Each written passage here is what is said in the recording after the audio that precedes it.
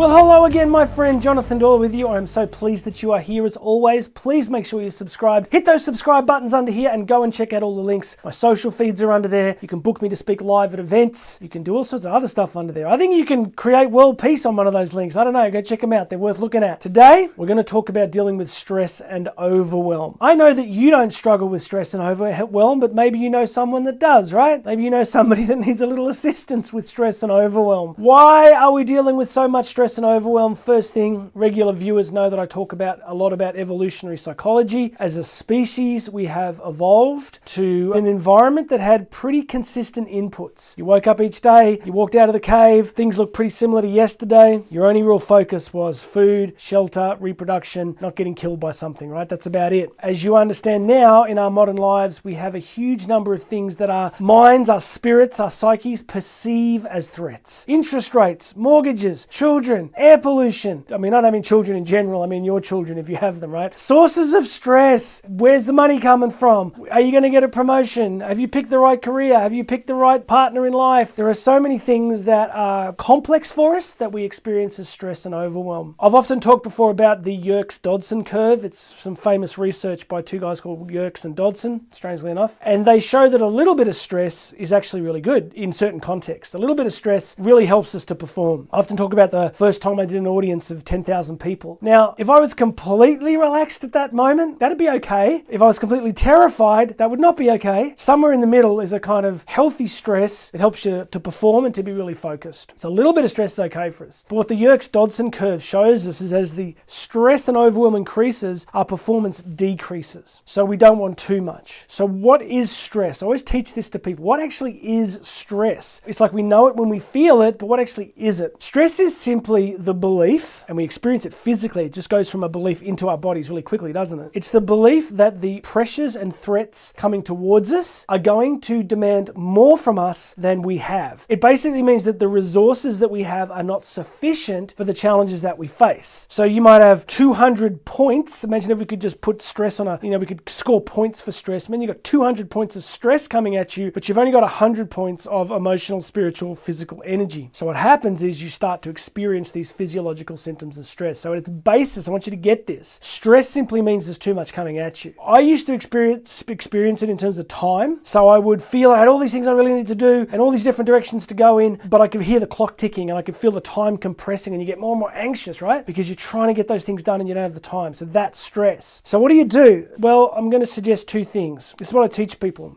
Maybe a few more. One of the first things you do is you audit everything. You often hear me talk about that. You get out a pen, you get out a journal, and you really start to document everything that's stressing you out. All the different, Stephen Covey used to talk about roles and goals. He said it's important to identify the roles that you have in life, employee, business owner, friend, parent, spouse, whatever they are, and look at goals in particular areas for that. But I liked how he was pointing to roles. So one of the ways you audit this is you look at the roles in your life and you look at where they're what's hitting those roles, what the expectations are. Once you get to that point, what do you do? How do you deal with stress? Well, if the Yerkes-Dodson thing is correct, you've only really got a couple of choices. You either decrease the stressors, you either decrease the number of things that you're addressing, or you increase your resources. Normally what I say to people around increasing resources is it's harder to do because yes, you can get increases in energy, you can get fitter and healthier, you can learn more, but in general, it's difficult to massively increase our intrapersonal resources, the resources inside us. So one of the smartest things to do is begin to offload, to delegate, to risk saying no to things. A lot of people struggle to do this. Why? Because once we get locked into a lifestyle of stress, we start to tell ourselves a story that this is just how things are and there's nothing we can do to change it. Therefore, tomorrow's going to look like today. And when someone like me comes along and says, you got to let go of that. You got to let go of that. It's scary. It's genuinely scary. Because if your daily life experience, one of the crazy things about us as humans is we love certainty. We love predictability, right? We like tomorrow to look a lot like today. We say that we don't, but we actually really do like predictability. So sometimes we will just stay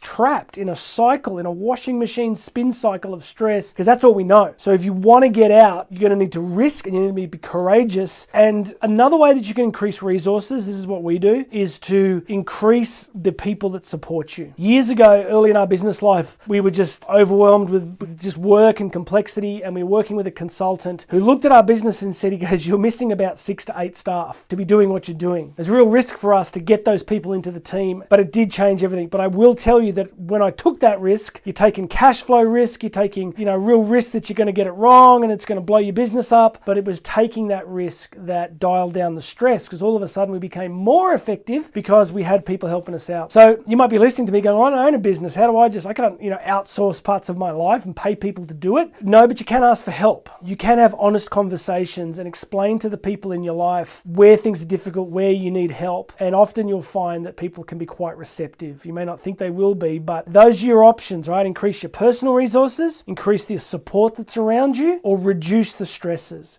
And reducing those stresses can be different for everybody. For some people, it could mean downsizing, simplifying your life. For some people, it could be, increasing your quality of life and standard of living, but saying no to a whole bunch of other things that have been taking up your time and energy. So that's the part you've got to figure out. All right, I hope that's helpful for you. I guess what I want you to understand is what stress is, simply too much coming at you for your available resources. What your options are, increase your resources or reduce the inputs. That's how you get out of stress and overwhelm. Delegate, clean up, reorganize, sweep the decks, get a clear space, get rid of what's not utterly essential, and focus on the stuff that really matters. All right, make sure you've subscribed. Go and check out all these links. You can book me to speak live. My name's Jonathan Doyle. This has been The Daily Message, and you and I are going to talk again. Guess when? Tomorrow. See you then.